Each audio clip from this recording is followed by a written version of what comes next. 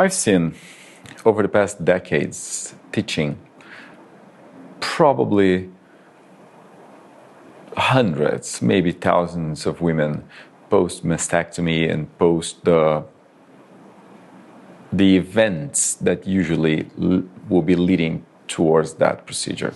But it was not until maybe 8 or 10 years ago when a woman that is, even today, very closely connected with me and my family, that all those pieces of information sort of came together, and I've had a better understanding.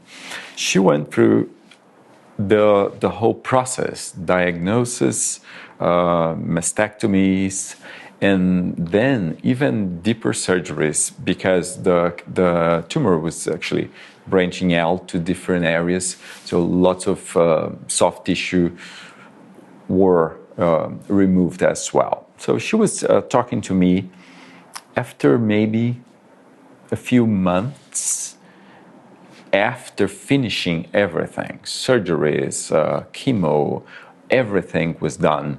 And she was really, really in dramatic pain. Everywhere.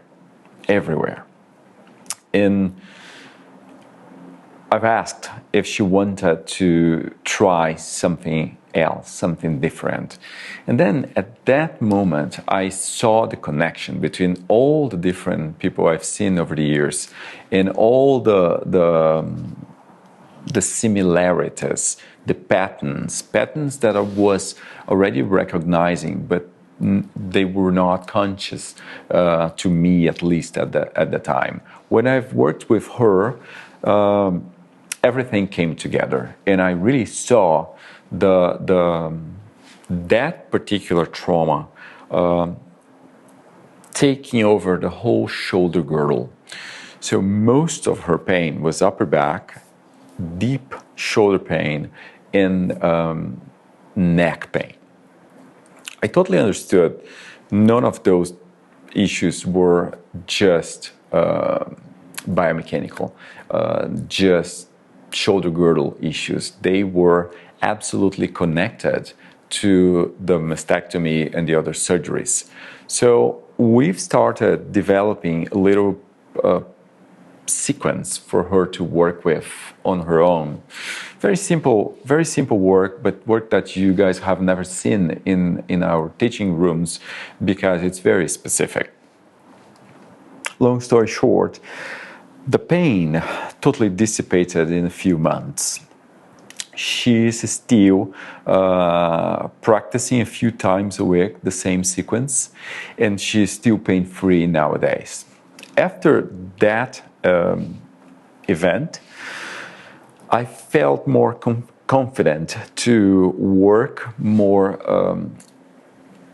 specifically with these students when they were with me in class. And the same idea and the same sequence have been since then very effective. Very effective in really repatterning the shoulder girdle and removing the compensatory pains and aches from that particular procedure.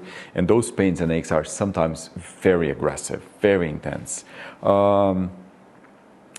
That was a very deeply meaningful experience for me because of our connection and because of this family connection, but also it was the moment when I really realized all the different patterns. It is a very traumatic situation, and as you know, trauma is never isolated. Very often, a traumatic event comes on top of everything you have lived. All the previous experiences, patterns, and traumatic events you've seen before, you've lived before. So you cannot isolate. It's not this or that. It's everything that just happened, emotionally, biomechanically, structurally, but it's all that combined with everything that was there before, things that you know and things that you might not know. So very delicate, but at the same time, very beautiful and very meaningful work. I hope to be able to be in the future sharing this particular work and this particular sequence with you all. I think the teachers might benefit a lot from having a better understanding on this particular regard. And I believe it's a work that should be spreading out, because people really need to have access to these simple tools that might have such a enormous positive impact in the system, in everybody's systems. So with this woman, one of the previous events was also a very serious diagnosis. She was diagnosed with an autoimmune disease, highly inflammatory, and the system was full of all sorts of medication. So everything happened on top of that, plus all the little accidents and bone fractures from her life from before. So I think yoga is a tremendous resource when it comes to breast cancer. Maybe not at the moment, maybe not right after, but afterwards, repattern, recalibrating, reestablishing the proper mobility,